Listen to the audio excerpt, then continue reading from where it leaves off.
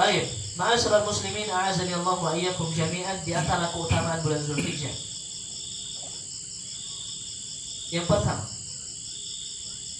Islam disempurnakan oleh Allah Subhanahu wa taala kapan? Di bulan Zulhijjah. Allah sempurnakan agama ini tak kala di bulan Zulhijjah. Allah berfirman, "Al-yawma akmaltu lakum dinakum wa atmamtu 'alaikum ni'mati wa raditu lakumul Islam dinan." Pada hari ini. Maksudnya pada hari tak kala Nabi SAW sedang berada di kota Mekah berhaji. Berarti di waktu kapan? Asyru awail di syahril Zulhijjah, di awal bulan Zulhijjah. Allah sempurnakan agama ini. Hal ini berdasarkan athar dari Umar ibn al-Khattab radhiyallahu anhu, bahwasanya seorang ulama Yahudi berkata kepada Umar, "Ya Amirul Mukminin, wahai Amirul Mukminin, tahukah engkau satu ayat dalam kitab suci kalian yang kalian baca, yang jika seandainya ayat itu turun kepada kami, akan kami jadikan turunnya ayat tersebut sebagai hari raya." Orang Yahudi ini tahu, bahwasanya ayat ini Allah turunkan akan penyempurnaan agama bagi agama Islam. Umar berkata, "Wa ma hiya?" Apa itu? Ayat apakah itu? Yahudi membacakan, "Al-yawma akmaltu lakum." Di hari ini aku sempurnakan untuk kalian. Apa aku sempurnakan? Atmamtu lakum dinakum. Al-yawma akmaltu lakum dinakum wa atmamtu 'alaikum ni'mati wa raditu lakumul Islam dinan. Dan aku telah ridhai Islam sebagai agama kalian. Umar pun berkata, "Sungguh kami telah mengetahui di mana dan kapan ayat itu turun." Ayat ini turun pada saat Nabi sedang berada di Arafah. Di Arafah tanggal berapa? Tanggal berapa? 9. Kita lihat Taswa. Puasa Arafah tanggal 9. Tanggal 9. Berarti kapan waktunya? Di 10 pertama di bulan. Allah Subhanahu wa taala menyempurnakan Islam ini di 10 pertama bulan Zulhijjah. Nah, kemudian ma'asyiral muslim, di 10 pertama bulan Zulhijjah Allah Subhanahu wa taala jadikan puasa Arafah, dan ini kekhususan bagi umat Islam. Bagaimana kita mengatakan tadi bulan Zulhijjah atau 10 pertama di bulan Zulhijjah adalah bulan yang agung, sebuah hari yang sangat mulia, sangat agung di sisi Allah Subhanahu wa taala. Di antaranya adalah hari Arafah. Hari Arafah. Baik. Di hari tersebutlah Allah perintahkan kaum muslimin yang berhaji untuk wukuf di Arafah. Kemudian kaum muslimin yang tidak melaksanakan haji agar mereka berpuasa apa ma'asyiral akhwat? Puasa Arafah. Nah, Nabi sallallahu alaihi wasallam bersabda, "Shaumu Asyura yukaffiru as-sanata al-madiyah wa shaumu Arafah yukaffiru as-sanatayn al-madiyah wal mustaqbilah." Rawahu An-Nasa'i. Rasul sallallahu alaihi wasallam bersabda, "Shaumu Asyura, puasa Asyura." Puasa kapan? Asyura 10 Muharram. Nah, bulan Haram. Yukaffiru as-sanata al-madiyah, bisa menghapuskan dosa-dosa setahun sebelumnya. Wa shaumu Arafah, dan puasa Arafah, kata Nabi sallallahu alaihi wasallam, yukaffiru as-sanatayn, akan menghapuskan 2 tahun, sanatain. Al-madhi yang sebelumnya, wal mustaqbil, dan yang akan setahun yang akan datang. Rawahu An-Nasa'i. Al-Imam Nasai meriwayatkan hadis. Dan ini puasa Arafah merupakan puasa yang Allah Subhanahu wa taala istimewakan bagi umat Islam, bagi umat Islam. yang mereka tak kala bisa mendapatinya, agar tidak menghilangkan kesempatan untuk melakukan amal soleh, yaitu berpuasa, puasa Arafah. Ma'asyiral muslimin, a'azani Allah wa iyyakum jami'an. Kemudian keutamaan yang ketiga, Rasulullah sallallahu alaihi wasallam bersabda, afdhalul haji al-ajju wa thajju. Apa di antaranya darah-darah hewan kurban yang terbanyak ditumpahkan di bulan Zulhijjah. Kenapa? Karena banyak orang-orang yang menumpahkan darah. Menumpahkan darah maksudnya berkurban bukan karena Allah Subhanahu wa taala. Ada orang yang mau bangun proyek menyembelih, ada bangun rumah nyembelih lagi, ada yang beli untuk pohon, yang beli untuk laut. Sedangkan di hari Zulhijjah di sana ditumpahkan darah karena Allah Subhanahu wa taala. Sebagaimana sabda Nabi sallallahu alaihi wasallam, afdhalul hajj al-ajju wa thajju. Sebaik-baik pelaksanaan haji adalah yang paling banyak bertalbiyah dan yang paling banyak berhadyu, menyembelih hewan sebagai hadiah untuk fuqara, untuk orang-orang miskin. Ma'asyiral muslim, tak lepas dari menyembelih, mesti ada kisah yang ingin kita semua pelajari. Bagaimana awal mulanya adanya syariat kurban? Bagaimana adanya syariat kurban? Kenapa? Awalnya kenapa bisa adanya syariat kurban? Awalnya apa? Allah Subhanahu wa taala mensyariatkan kurban. Kenapa awalnya? Karena Nabi Ibrahim menyembelih anaknya. Dan kita jangan lupa sini sejarah yang harus kita ingat, yang harus kita pelajari di balik hikmah kenapa disyariatkannya kurban.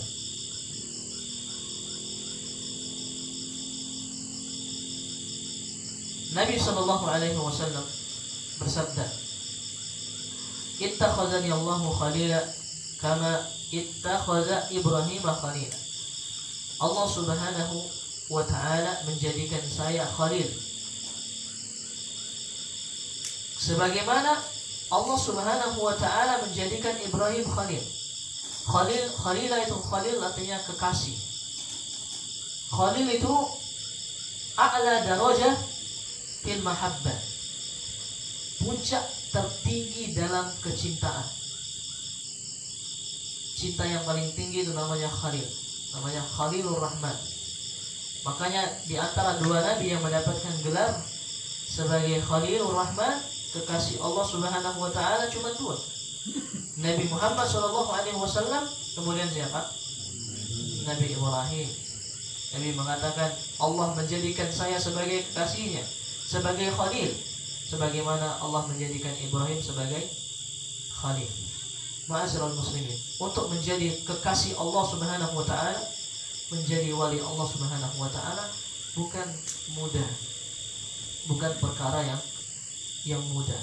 Tak kala Nabi Ibrahim mendapatkan predikat, Nabi pertama kali mendapatkan predikat sebagai kekasih Allah, tidak diberikan percuma. Itu melalui proses dan ujian yang begitu berat. Melalui proses dan ujian yang bertubi-tubi. Nabi Ibrahim di antara ujian, maka yang harus kita ambil pelajaran, bagaimana Allah Subhanahu wa taala menguji Nabi Ibrahim. Nabi Ibrahim ujiannya banyak. Di antara ujian Nabi Ibrahim, Nabi Ibrahim dibakar oleh penduduk negerinya. Kemudian diusir dari kampung halamannya. Nabi Ibrahim kemudian dimusuhi oleh ayahnya sendiri. Kemudian Nabi Ibrahim diperintahkan untuk meninggalkan anak dan istrinya. Nabi Ibrahim diperintahkan untuk menyembelih anaknya. Ini ujian-ujian yang berat. kita akan mengambil pelajaran bagaimana Allah Subhanahu wa taala mengisahkan kisah Nabi Ibrahim di dalam surat As-Saffat.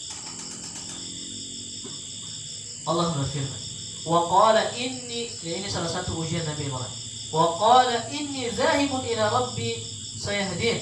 Sesungguhnya aku pergi menghadap Rabbku dan dia akan memberi petunjuk kepadaku. Rabbi habli minas salihin.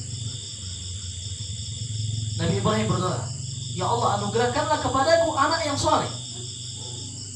Anak yang saleh. Fabasyarnahu bi ghulamin halim, dan kami berikan kabar gembira kepada Nabi Ibrahim, dia akan mendapatkan seorang anak yang saleh, anak yang halim, anak yang amat penyabar. Halim itu saleh, lembut, kemudian penyabar. Tahukah ma'asyiral muslimin, Nabi Ibrahim disebutkan oleh para ulama menunggu akan kehadiran buah hati itu selama 80 tahun. Tak kala Nabi Ibrahim berumur 80 tahun, baru dia dianugerahkan seorang anak. Lama. Mungkin kalau menikah di umur 20 tahun berarti 60 tahun menunggu. 60 tahun bukan waktu yang sebentar. Ada orang yang cuma 5, 10, 15, itu sebentar. Itu sebentar. Nabi Ibrahim 80 tahun, di umur 80 tahun baru Allah Subhanahu wa taala anugerahkan seorang anak. Padahal Nabi Ibrahim senantiasa meminta agar dikaruniakan seorang anak. Tak kala di umur 80 tahun baru dikabul. Hendaknya seorang jangan tergesa-gesa dalam meminta. Minta sekarang mau dikabulkan besok. Gimana? Padahal melakukan ketaatan jarang, kemudian diuji pun enggak, kemudian minta segera, mintanya cepat. Nabi Ibrahim, Masya Allah, dengan segala ujian dan cobaan, Nabi Ibrahim meminta, Rabbi habli minas shalihin, ya Allah.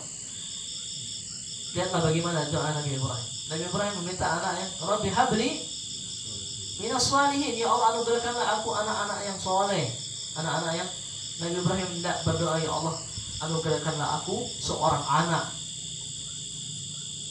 Nabi Ibrahim tidak meminta demikian. Penting seorang tak kalah minta anak yang soleh, bukan cuma sekedar anak saja.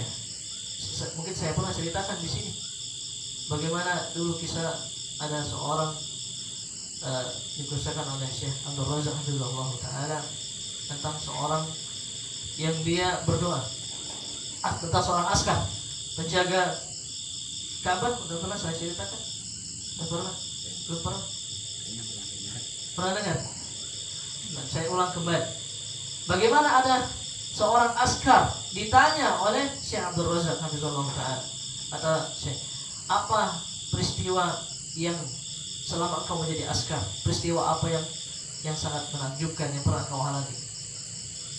Dia berpikir, pernah, dia bilang, suatu ketika saya pernah melihat orang, entah dia dari saya lupa, dari Bangladesh atau dari Pakistan atau dari mana, dia berdoa, ya Allah, berdoa dengan sangat keras, ya Allah, anugerahkanlah saya seorang anak, ya Allah, berilah saya semua orang engkau anugerahkan mereka anak, sedangkan saya tidak diberi anak, ya Allah, berikanlah saya seorang anak. Setelah itu berlalu, tak kala 17 tahun kembali, 17 tahun kemudian datang kembali di depan Ka'bah, berdoa dengan dia berdoa, ya Allah, bunuhlah anak saya, dia bilang, matikanlah anak saya. Maka orang tersebut, askar tersebut, ingat, ini sepertinya saya pernah dengar doa orang berdoa ini 17 tahun yang lalu. Mungkin dia didekat, kemudian dia didekati, kemudian dia tarik. Kenapa nih? Kenapa kamu berdoa demikian? Dia bilang, anak saya biasa, anak-anak nakal. Anaknya ternyata nakal. Anaknya bukan anak yang soleh. Dia bilang, pernahkah engkau waktu itu 17 tahun yang lalu engkau berdoa minta seorang anak? Sekarang kamu telah berbuat 2 kezaliman. Kezaliman pertama, kenapa kamu dulu berdoa cuma meminta seorang anak? Kenapa enggak minta anak yang soleh?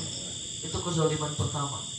Kezaliman yang kedua, sekarang Allah sudah kabulkan, Allah berikan kamu anak, sekarang kamu minta anak tersebut agar mati, kamu melakukan dua kezaliman. Irji'ah, kembali kamu, kembali dia berdoa lagi agar anak tersebut menjadi anak yang soleh. Kemudian dia berdoa kembali, ya Allah jadikan anak saya anak yang soleh, tahun kedepannya umroh lagi. Orang tersebut umroh dengan membawa anak yang tersebut. Dia kemudian dia jumpai askar yang tadi. Dia bilang, di mana askar yang biasa jaga? Di samping Ka'bah. Ternyata dia nggak kerja di saat itu. Kemudian di akhir cerita yang panjang, dia bilang, Masya Allah, tak kala saya doakan anak saya, anaknya cerita, tak kala waktu itu saya entah kenapa, dia bilang, di waktu setelah asar hati saya bergetar dan saya ingin ke masjid. Semenjak itu dia berubah.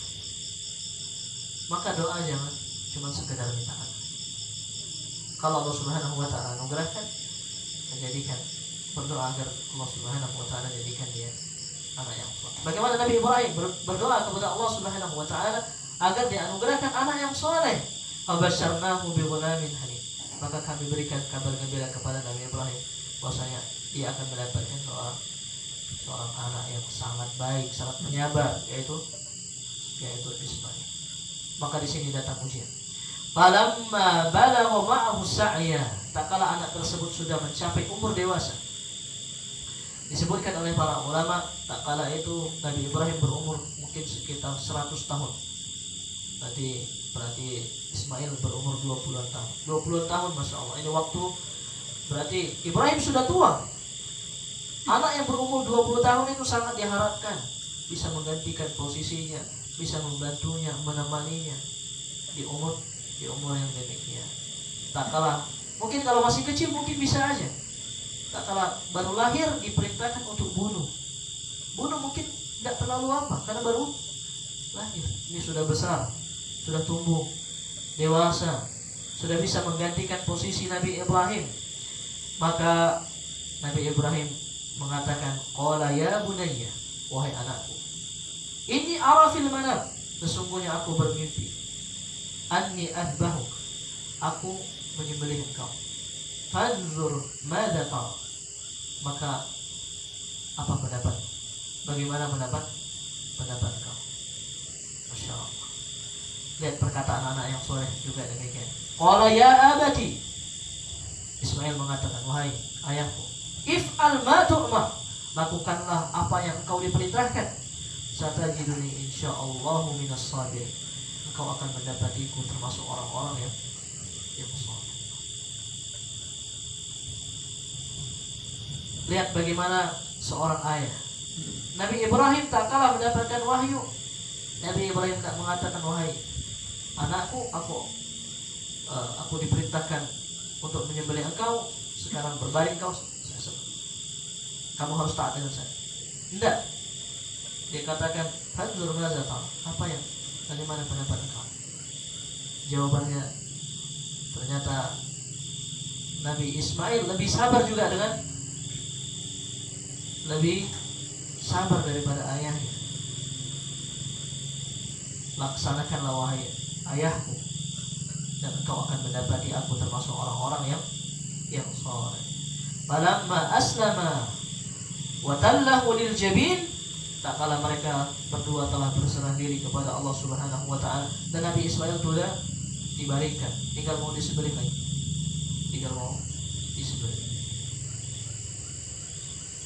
Wa nadainahu ayya Ibrahim, kemudian kami menyeru Nabi Ibrahim, wahai Ibrahim, qad sadaqta ru'ya, engkau telah membenarkan ru'ya, mimpi tersebut. Inna kadzalika najzil muhsinin, sesungguhnya demikianlah kami akan membalas orang-orang yang berbuat kebaikan. Inna hadza lahuwal bala al-mubin, sesungguhnya ini merupakan ujian yang nyata. Ujian Nabi Ibrahim diuji oleh Allah Subhanahu wa Ta'ala untuk menyembelih anaknya. Wa fadainahu bi dzibhin azim, dan kami ganti sembelihan tersebut dengan kambing yang besar, Masya Allah. Ma'asyiral muslimin, a'azani Allah wa iyyakum jami'an. Ini bukan bukan bukan bukan ujian yang mudah, bukan ujian yang mudah, bukan ujian yang ringan, berat. Maka seseorang tak kala diuji oleh Allah Subhanahu wa taala dengan apapun ujiannya, bisa jadi Allah Subhanahu wa taala sedang mencintai. Bagaimana Nabi Ibrahim tak kala diangkat, diberikan gelar sebagai Khalilur Rahman, bukan dengan dan tanda kutip dengan percuma, tidak, tapi melalui proses ujian yang bertubi-tubi, ujian yang begitu besar. Ujian harus meninggalkan anaknya, harus menyembelih anaknya, meninggalkan istrinya, anak dan istrinya, diusir dari kampung halamannya, dibakar, dan seterusnya. Itulah yang menjadikan Nabi Ibrahim sebagai kekasih Allah Subhanahu wa taala. Karena Nabi sallallahu alaihi wasallam, saudara Rasul sallallahu alaihi wasallam, asyaddun nasi bala'an al-anbiya. Sesungguhnya yang paling berat ujiannya adalah ujian para nabi. Tsummal amthalu fal amthal. Kemudian yang semisal dengannya, kemudian yang semisal dengannya. Yubtalan nasu ala qadri dinihim. Manusia itu akan diuji sesuai dengan kadar keimanannya. Aman takhuna dinuhu istahadda bala'u. Barang siapa yang baik keimanannya, maka akan semakin besar ujiannya. Semakin kokoh keimanannya, maka akan semakin besar balanya. Maka jangan heran kalau ada orang yang baru ngaji misalnya, tiba-tiba kenapa semakin susah hidup, semakin susah berusaha untuk taat, untuk sholat yang dulunya tidak pernah sholat 5 waktu misalnya, sekarang Masya Allah berikan anugerah bisa sholat 5 waktu, tapi ternyata rezeki makin sempit, usaha semakin menurun. Padahal sudah sering datang kajian, ternyata usaha tidak maju-maju, buat usaha bangkrut terus. Ma'asyarul ikhwah, dan ini bisa jadi tanda ujian dari Allah Subhanahu wa taala yang Allah ingin menjadikan kita orang yang Ia cintai. Adalah seseorang man taraka syai'an lillahi baddalallahu khairan minhu. Barang siapa yang meninggalkan sesuatu karena Allah Subhanahu wa taala, Allah akan gantikan sesuatu yang lebih baik dari apa yang ia tinggalkan. Karena Nabi sallallahu alaihi wasallam, faman takhana dinahu istadda bala'u. Barang siapa yang paling baik keimanannya, bagus keimanannya, maka akan semakin besar ujiannya, semakin besar. Waman dha'ufa dinuhu dha'ufa bala'uhu. Barang siapa yang lemah imannya, maka akan lemah juga ujiannya. Wa innar rajula la yusibahu al-bala' hatta yamshiya fin nasi ma 'alaihi khati'ah. Sesungguhnya manusia, sesungguhnya seorang itu la yusibah, akan diuji, pasti akan diuji oleh Allah Subhanahu wa taala. Hatta sampai yamshiya fin nasi, sampai dia berjalan di muka bumi ini ma 'alaihi khati'ah, enggak ada dosa lagi, gugur dosa-dosanya karena ujian tersebut. Semua orang pasti akan diuji sehingga gugurlah dosa-dosa.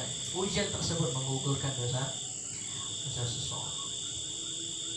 Maka semakin baik agama seseorang, maka akan semakin berat pula ujiannya. Sebagaimana Nabi Ibrahim dan Nabi kita Nabi Muhammad SAW berat ujiannya. Kita mengetahui bagaimana sejarah Nabi Muhammad yang dijadikan oleh Allah Subhanahu wa taala sebagai kekasihnya, begitu berat ujian, begitu berat. Ujian yang sangat banyak, bertubi-tubi. Ujian Nabi itu, Nabi yang tak kalah dilahirkan, kemudian harus ditinggalkan ayahnya. Kemudian baru berumur 6 tahun ditinggalkan ibunya, diasuh oleh kakeknya meninggal, dikasuh oleh pamannya meninggal, menikah dengan Khadijah, orang yang sangat ia cintai. kemudian Khadijah meninggal. Pamannya, ujian yang begitu berlalu, berat ujian. Semua orang memusuhinya. Kemudian pergi ke kota Taif agar mendapat bantuan, ternyata dihinakan orang. Akhirnya diusir dari tanah, diusir dari kampung halaman sendiri, diusir dari kampung halaman. Laula, kata Nabi SAW, laula hijrah, kalau bukan karena hijrah, kalau bukan karena kaumku mengusir aku, maka aku tidak akan pernah meninggalkan kota Mekah. Nabi tidak akan meninggalkan kota Mekah. Lihat bagaimana kecintaan Nabi terhadap kota Mekah. Ujian yang sangat banyak, tetapi dari ujian tersebutlah Allah Subhanahu wa taala ingin mengangkat derajat hamba-Nya. Ada? Ya, silakan ya.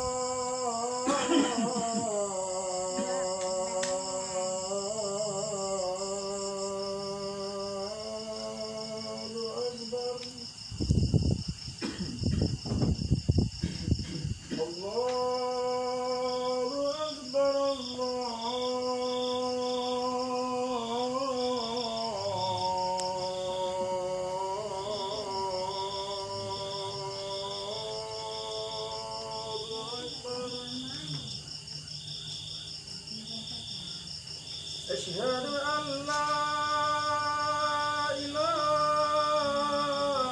إلا الله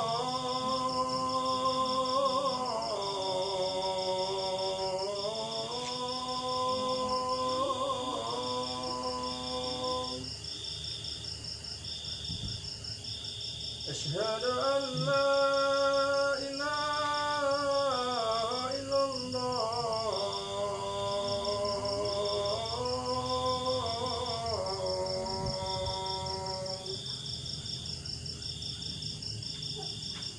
أشهد أن محمدا رسول الله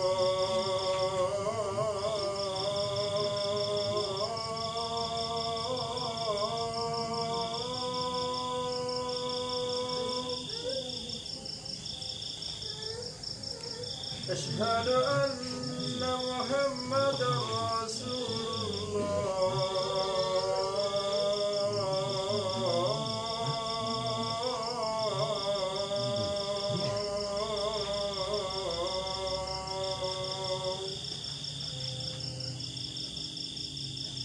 حي على الصلاة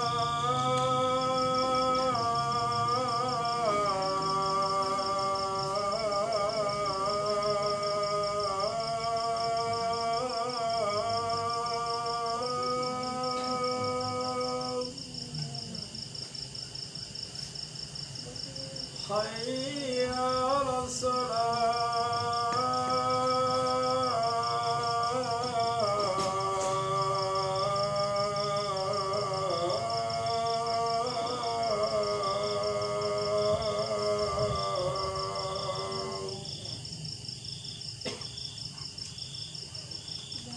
حي على الفلاح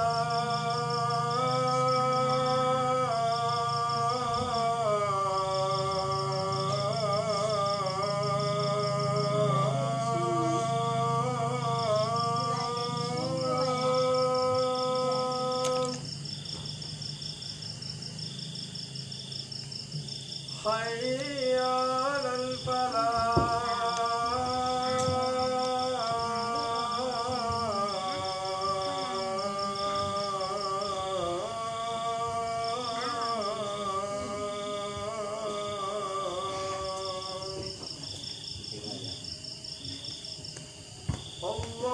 الله أكبر الله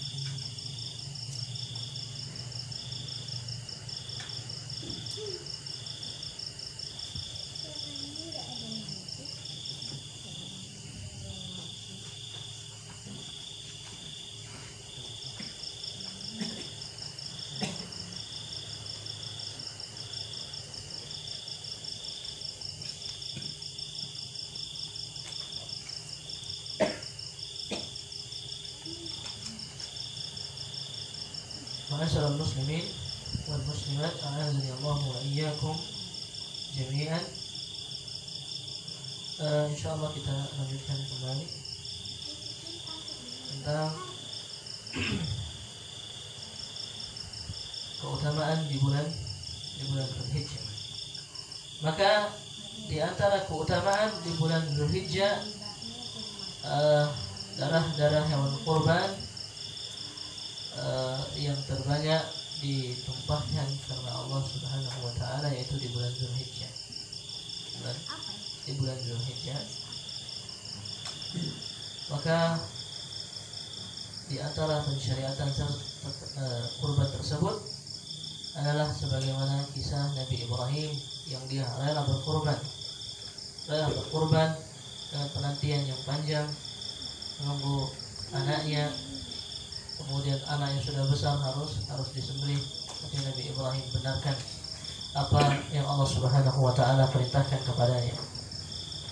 Bahkan Al-Imam Ibnu Taimiyah rahimahullah taala menyebutkan di dalam kitab Majmu'ul Fatawa, di antara amalan maliyah yang paling afdal adalah berkurban. Amalan harta yang paling afdal adalah berkurban. Disebutkan di dalam Majmu'ul Fatawa tatkala membahas tentang kurban. Terlepas dari hukumnya,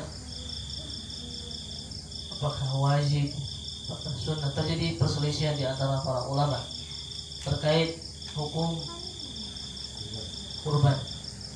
Di sini terjadi menjadi dua pendapat. Pendapat pertama, ada yang mengatakan wajib dengan dalil firman Allah Subhanahu wa taala, "Fasholli li rabbika wanhar." Maka salatlah dan menyembelihlah untuk Rabb. Tetapi pendapat yang kedua mengatakan hukumnya sunnah muakkadah, sunnah yang sangat dianjurkan, sebagaimana sabda Nabi sallallahu alaihi wasallam, "Man arada an yudhhi," barang siapa yang ingin berkurban, maka hendaknya dia tidak memotong rambutnya, memotong kukunya, sampai dia potong hewan kurbannya. Di sini para ulama mengatakan, Nabi mengatakan man Arab, yang sini yang mengerti bahasa Arab. Maka pendapat yang kuat sini adalah sunnah muakkadah. Hukum kurban itu sunnah yang sangat ditekankan, apalagi kalau seseorang mampu untuk berkurban, maka hendaknya jangan sampai ia lewatkan.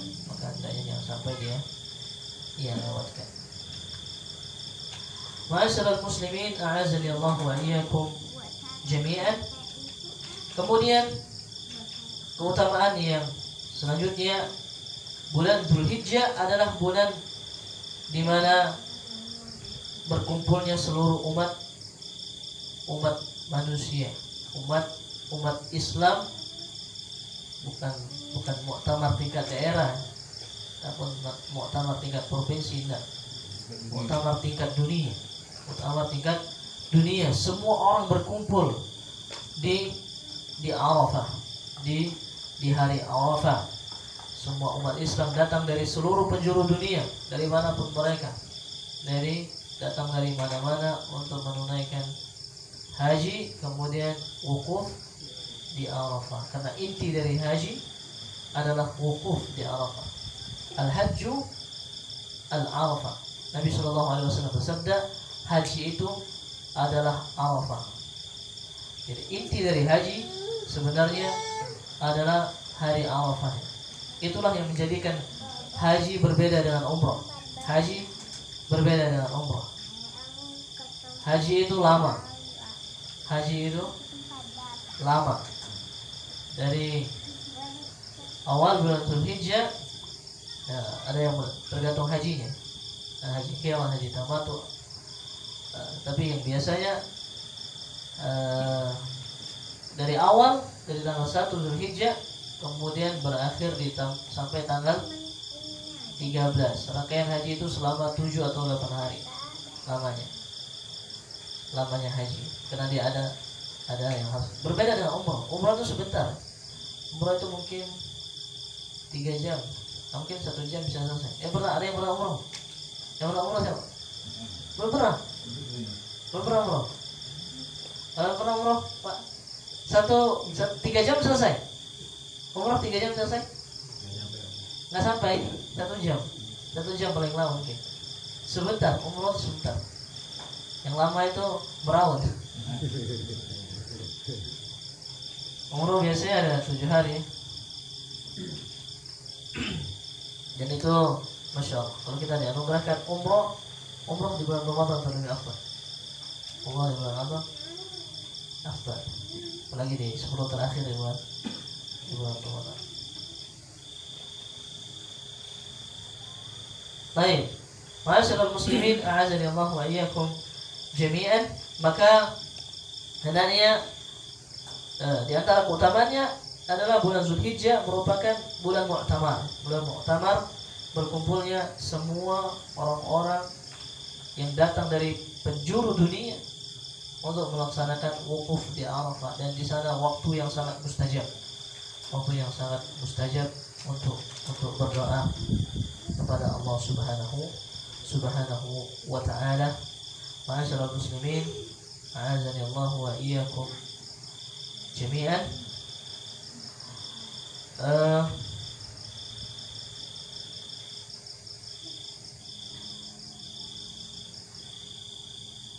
Di sini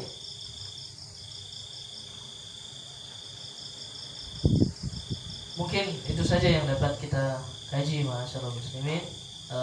Masalah amalan di bulan Zulhijjah sangat banyak. Hendaknya semua secara umum, seorang tak kalah di bulan haram secara umum, bukan cuma sekedar di bulan Zulhijjah, berhati-hati dengan melakukan perbuatan kemaksiatan.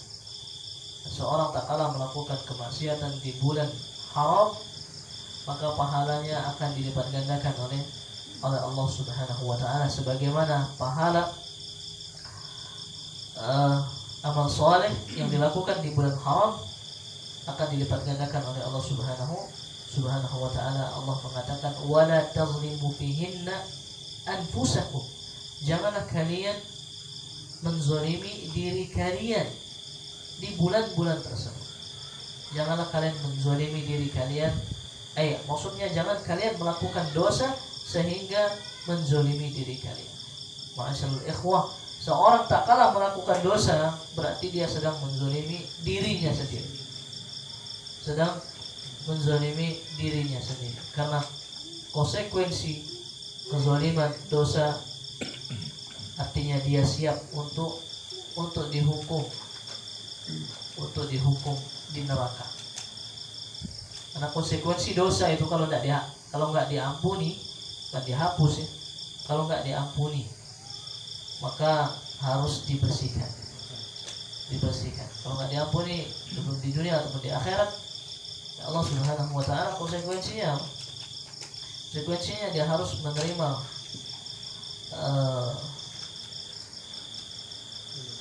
bakaran api neraka, seperti yang demikian bahasanya. Dia siap berarti untuk dihukum oleh Allah Subhanahu wa ta'ala. Maka ma'asyiral muslimin, a'azani Allah wa iyyakum jami'an, maka saya nasihati, apalagi menzalimi orang lain, menzalimi diri sendiri saja Allah larang, fala tazlimu fihinna anfusakum, apalagi menzalimi orang lain, dan itu lebih besar dan lebih berat nanti di akhirat. Maka terkait amalan-amalan di bulan Zulhijjah banyak seorang hendaknya berbanyak zikir kepada Allah Subhanahu wa ta'ala, memperbanyak sebagaimana sabda Nabi sallallahu alaihi wasallam, fa'aksiru fihinna min at-tahlil wa takbir wa tahmid. Hendaknya berbanyak tahlil kemudian bertakbir, kemudian bertahmid. Bagaimana wakana Ibnu Umar dan Abu Hurairah yakhrujani ila suq fi ayyamil ashr wa yukabbirun nas bitakbirihima. Jadi tak kala sudah masuk 10 awal bulan Zulhijjah, seorang ada namanya takbir, 2 takbir. Ada namanya takbir muqayyad, takbir yang terikat, kemudian ada takbir mutlak. Mutlak yang dimulai dari awal bulan Zulhijjah sampai hari tasyrik. Mutlak, ada seorang bertakbir mungkin di jalan, silakan. Tapi ada namanya takbir muqayyad, yaitu di tak kalah selesai sholat, selesai sholat. Itu di muqayyad itu kalau nggak salah dimulai dari tanggal 10 sampai tanggal 13. Kemudian perbanyak puasa, baca Al-Quran dan seterusnya. Mungkin banyak sedekah. Yang lebih utama berkurban. Nabi sallallahu alaihi wasallam, "Man shalla salatana wa nasaka nusukana faqad asaba nusuka wa man nasaka qabla salat fala nusuka lahu." Kemudian berhaji kalau punya rezeki. Sekarang haji berapa? 9. 48 daftarnya aja. Enggak, sudah semuanya. Tahun ini. Oh ya, insyaallah. Semoga Allah Subhanahu wa taala berikan kita kemudahan untuk haji. Mungkin daftar sekarang berapa tahun menunggu? Hah? 30 di arah Kuansing, Riau, secara umum. Jadi kalau ada daftar sekarang umur 60 berangkat. Masih bisa. Masih. Insyaallah. Mudah-mudahan Allah mudahkan. 60 tahun. Baik, mungkin itu saja Bapak sekalian. Mudah-mudahan apa yang sedikit ini bermanfaat untuk diri saya secara pribadi dan kita semuanya. Mohon maaf apabila ada kesalahan dalam penyampaian ataupun kekurangan. Mohon tentunya berlepas dari kesalahan tersebut. Hal min soal, ada pertanyaan? Kalau ada pertanyaan silakan. Tanya satu Ustaz. Silakan. Satu aja tentang Ibrahim dengan Ismail tadi kurban gitu. Kan ibaratnya diganti dengan kibas ini ya. Penggantiannya itu apa Ibrahim sudah mau dipotong oleh Ismail apa atau memang diganti sebelum dilaksanakan penyembelihannya? Kira-kira. Disebutkan bahwasanya banyak riwayat, tapi yang pernah saya baca, wallahu alam, saya tidak bisa memastikan. Tak kala Nabi Ibrahim, karena falamma aslama, tak kala mereka berdua telah berserah diri, maka Nabi Ibrahim palingkan muka. Nabi Ibrahim tak kala menyembelih Ismail, Nabi Ibrahim tidak hadapkan ke mukanya, tidak dilihatnya, karena tidak tega. Tak kalah hendak menyembelih, tiba-tiba Allah ganti langsung, Allah ganti. Kemudian Ismail sedang berada di dekat ibunya, wallahu alam gimana caranya, Allah. Apakah tidak ada yang tak mungkin bagi Allah Subhanahu, tidak ada yang mungkin bagi Allah Subhanahu wa taala. Tak kalah Nabi Ibrahim tidak menyembelih, Nabi Ibrahim tidak tega menyembelih anak. Namanya orang ayah tak kalah ingin menyembelih seorang anak, tidak tega pasti dia lihat. Nabi Ibrahim malingkan, tidak menyembelih, tiba-tiba sembelih, ternyata bukan Ismail yang bersembelih. Wallahu a'lam bishawab. Mungkin terjadi perselisihan di antara para ulama, mana yang lebih afdal, apakah menggunakan kambing? Kan kata Allah Subhanahu wa fadainahu bidzibhin azim, dan kami ganti sembelihan tersebut, Nabi Ismail tersebut kami ganti dengan kambing. Sekarang kan banyak sapi, no? Sapi mana yang lebih afdal kira-kira? Hah? Karena kambing yang dia tadi. Berarti kambing yang lebih afdal. So, terjadi perselisihan. Para ulama mengatakan sesuai dengan kadar kemampuan, sesuai dengan kadar kemampuan apa yang dia mampu. Tapi semakin besar maka semakin afdal. Abu Malik, penulis kitab Sahih Fiqh Sunnah, mengatakan yang lebih afdal itu tak kalah sapi dengan kambing, maka kalau satu sama satu maka sapi lebih afdal. Maksudnya nggak berserikat. Sapi kan boleh berserikat 7 orang. Kalau dia berserikat maka kambing lebih afdal daripada sapi. Menggunakan kambing, satu kambing untuk 1 orang. Tapi kalau sapi dia sendiri dengan kambing, maka sapi lebih afdal. Dengan unta, maka unta lebih afdal kalau dia sendiri. Semakin besar maka akan semakin afdal. Semakin besar uang yang ia keluarkan, semakin bagus maka semakin afdal, semakin afdal. Tapi kalau dia berserikat, maka kambing lebih afdal. Wallahu a'lam.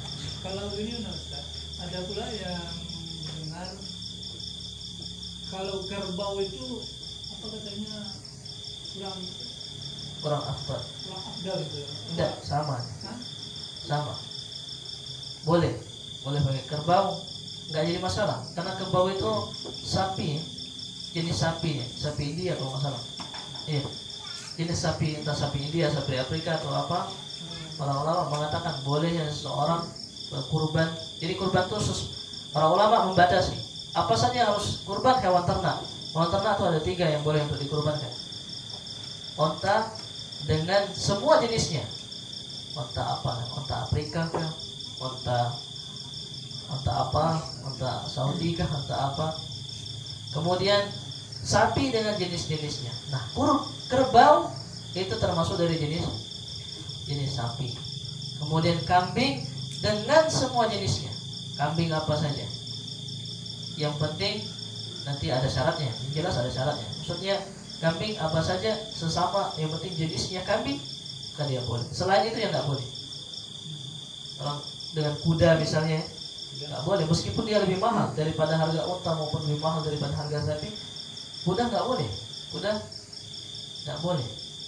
Apalagi ayam nggak boleh. Bebek bisa nggak boleh. Nah, wallahu a'lam. Tentang doa berjamaah Ustaz, itu apakah memang mutlak nggak boleh atau mungkin di suatu waktu boleh Ustaz? Misalnya ada pertemuan warga misalnya kemudian doa bersama, apakah boleh kita ikut mengaminkan Ustaz? Berdoa bersama maksudnya berdoa bersama secara umum? Secara umum gitu Ustaz. Misalnya kan ada acara di Boleh. masyarakat itu. Sekarang kita terkadang berdoa semoga Allah Subhanahu wa taala mudahkan kita untuk haji ke Mekah. Amin. Kul amin. Amin. Enggak mau. Amin. Itu doa berjamaah. So, saya yang pimpin. Iya atau tidak? Iya. Iya. Yang menjadi perselisihan, yang menjadi pembahasan para ulama itu seorang berdoa setelah sholat. Setelah sholat sama-sama semuanya. Karena Nabi SAW tidak pernah mengajarkan itu. Tapi berdoa secara mutlak silahkan aja. Dan berdoa nggak mesti harus angkat tangan kan? Mesti. Nabi SAW mengajarkan doa itu dalam tiga bentuk. Pertama, Nabi berdoa mengangkat tangan. Berdoa mengangkat tangan. Dan kita tahu bagaimana Nabi tak kalah berdoa, tak kalah perang Badar, sampai jatuh. Kemudian Nabi berdoa dengan mengangkat telunjuknya. Kapan? Pada khutbah. Kemudian Nabi berdoa tapi tidak mengangkat apa-apa, tapi terkadang mengangkat kepalanya ke langit. Nabi berdoa tapi cuma sekedar mengangkat kepalanya. Dan Nabi mengajarkan doa-doa yang tidak mengangkat tangan. Di antaranya masuk WC, keluar WC, apa dan seterusnya. Dan yang seterusnya. Maka doa secara mutlak boleh saja. Boleh saja. Bagaimana kalau ada acara misalnya. Tapi kalau seandainya sesuatu sudah menjadi rutinitas, maka itu yang tidak diperbolehkan. Menjadikan seolah-olah ada keyakinan itu yang afdal. Itu kalau enggak harus demikian. Itu yang dilarang oleh syariat. Tapi seorang tak kalah mutlak berdoa, silahkan saja. Boleh. Kita juga sering berdoa bersama. Ya Allah mudahkan, semoga Allah. Semuanya doa bersama. Kalau diaminkan itu harusnya doa bersama. Tetapi yang jadi masalah menjadi rutinitas yang seolah-olah itu kalau tidak dilakukan tidak afdal. Itu kegiatan tidak afdal demikian. Tak kalah seorang tidak melakukan dianggap asik. Itu yang dilarang. Dan ini yang dilarang. Hadza wallahu a'lam. Kita salat. Masih ada waktu, Ustaz? Ya, Tadi kan membahas tentang perkara hikmahnya dari kisah Nabi Ibrahim sama Ismail kan tentang kesabaran ya Ustaz ya. Gimana cara kita ini biar bisa mentauladani sifat itu Ustaz? Misal entah dalam ujian tentang keimanan tadi atau tentang menahan amarah atau sebagainya gitu Ustaz. Tentang kesabaran tadi. Motivasi yang harus kita tanamkan dalam diri kita itu apa Ustaz? Baik. Yang pasti pertama kita harus mengetahui keutamaan. Seorang tak kalah bisa bersabar, pasti dia mengetahui keutamaan akan sabar, keutamaan akan kesabaran tersebut. Dan ini faedah saya ambil dari ceramahnya salah seorang masyayikh. Dia bilang dua, hendaknya seorang itu tidak marah, hendaknya seorang itu jangan marah pada perkara yang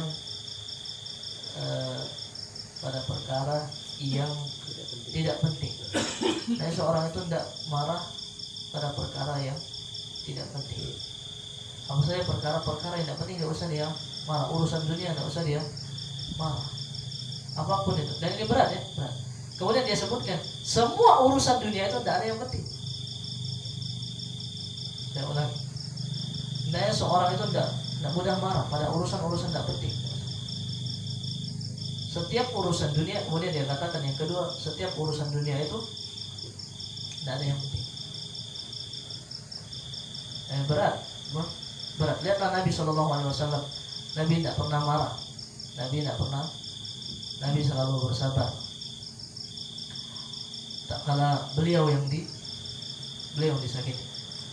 Dan silakan baca bagaimana sejarah Nabi SAW. Nabi selalu bersabar terhadap hinaan, ujian apapun yang menimpanya, dan Nabi tidak pernah marah kalau dirinya yang disakiti, yang dihina. Nabi tidak pernah marah. Tapi kalau berurusan dengan Allah Subhanahu Wa Taala, Nabi pasti akan marah. Maka seorang bisa bersabar karena sabar itu berat. Orang salah tanya dengan saya, salah. Sabar itu berat, mudah diucapkan tapi sangat sulit sekali untuk diaplikasikan. Butuh ilmu, butuh benar-benar pemahaman terhadap ilmu tersebut. Nabi Allah Subhanahu Wa Taala berfirman, "Innama yuwaffas sabiruna ajrahum bighairi hisab." Sesungguhnya pahala-pahala tersebut, pahala-pahala orang sabar itu akan disempurnakan nanti di akhirat tanpa ada balasan. Bighairi hisab. Terkadang kita tidak sabar, kadang kita tidak sabar terhadap ujian, tidak sabar karena kita meyakini akan pahala yang Allah janjikan, yang unlimited, pahalanya yang unlimited tak kala seorang bersabar. Maka keliru tak kala orang mengatakan kesabaran itu ada batasnya. Sabar itu tidak ada batasnya. Kalau dia benar-benar beriman, tak ada batasnya. Kalau dia tidak sabar berarti keimanannya kurang. Itu saja. Itu saja. Dan kiat-kiatnya harus kita banyak belajar tentang keutamaan sabar. Kita lihat bagaimana kalau kita lagi diuji dengan sesuatu, misalnya dengan urusan dunia, ujian-ujian, tuh lihat para kisah-kisah para nabi, bagaimana mereka melewati itu semua karena mereka mengetahui bahwa segala sesuatu yang terjadi tidak ada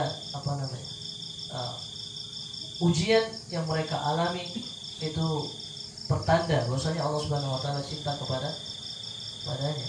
Kita kadang marah, nggak sabar karena kita nggak tahu, mungkin perasaan kita diuji. Oh, si fulan kerjaannya bermaksiat, seolah-olah nggak ada ujian seperti ujian kita, padahal bisa jadi ujian tersebut tanda kasih sayang Allah Subhanahu wa taala.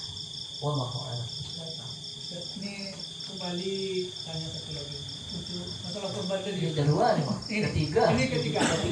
Tadi kan satu. Macam makanya di ujungnya satu kali lagi gitu. Iya, betul. Yang 5 satu aja. Ya. Iya. Begini, tadi Ustaz ngomong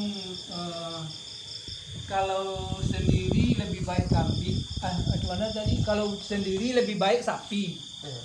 kan gitu kan? Iya. Daripada berjamaah dari bersama. Iya. Kan? Bukan saya yang sebutkan, Nggak ya. bukan saya. Ya. Saya nukilkan dari kitab Sahih Sunnah lil Imam Malik, li Abu Malik. Ya. Nanti Ustaz bilang saya yang berfatwa, saya tidak berfatwa. Nah, ya. Tidak apa-apa. Ya. Jadi gini, bagaimana kalau umpamanya kita ingin berkorban atas nama keluarga gitu loh, ibaratnya kita umpamanya ada 7 orang, kita ingin korban dia aja, daripada beli kambing satu kan, gue mana Daging lebih banyak sapi ya. lebih banyak sapi ya juga kan, karena ada kebersamaan bagaimana gitu ya kalau itu dilaksanakan gitu. Karena Misalnya satu keluarga 7 orang. iya, kita beli sapi satu umpama kan, kita terserah nama keluarga kita yang 7 gitu, daripada kita beli kambing satu gitu kan, gimana kira-kira? Nggak ada masalah. Nggak ada masalah. Boleh aja. Boleh saja. Itu perselisihan. Namanya perselisihan. Boleh saja. Intinya dia sudah berkurban. Intinya satu. Berkurban dia. Dia telah mengeluarkan hartanya untuk dia berkurban. Yang mau 7 orang berserikat kepemilikan, silahkan. Misalnya begini, kalau saran saya, 7 orang. Kita punya 7 orang. Satu berikan untuk 1 orang. 1, 2, 3, 4, 5, 6, 7 misalnya. Ini ya Pak, ini semuanya keluarga. Tahun ini kasihkan uang ke dia semua. Bapak sedang kurban. Dan jadi begini, kurban itu ada namanya serikat kepemilikan, kemudian serikat pahala. Kamu berkurban, niatnya semua pahala diserikatkan untuk semua keluarga. Tahun depan si fulan telah ada uangnya. Telah ada uang dia. Begitu. Jadi kepemilikan 1 orang, misalnya tahun ini Bapak namanya fulan, sapi dia 1 orang. Tapi dia semuanya dia cantumkan untuk keluarga saya. Tetapi saya tadi perselisihan lagi ada ulang. Yang boleh itu menjadi tanggungan itu sebenarnya yang di bawah tanggungan kita. Kita usah punya keluarga anak. Tetapi ini pendapat yang lemah. Nabi pernah berkurban pahalanya untuk semua umat. Pendapat yang kuat. Sapi itu asal berkorban untuk dia dan keluarganya ya. Iya, ya begitu maksud saya. Iya. Kalaupun mau dia semua 7 nggak ada masalah, semua dari masalah. Dia yang penting dia telah melakukan kurban. Kalau mau seperti tadi, mungkin tahun depannya takutnya nggak ada uang. Wallahu a'lam bishawab. Nah, gimana? Dulu kan Rasulullah asal korban ini kan dia dan keluarganya. Iya. Ada minni wa min ahli. Ini dariku dan dari keluarga. Wa min ummati, Nabi pernah berkorban tuh. Wallahu a'lam. So mungkin ini saja. Akhiru da'wana alhamdulillahirabbil alamin. Akhirnya doa untuk kita. Subhanakallahumma wa bihamdika asyhadu an la ilaha illa anta astaghfiruka wa atubu ilaik.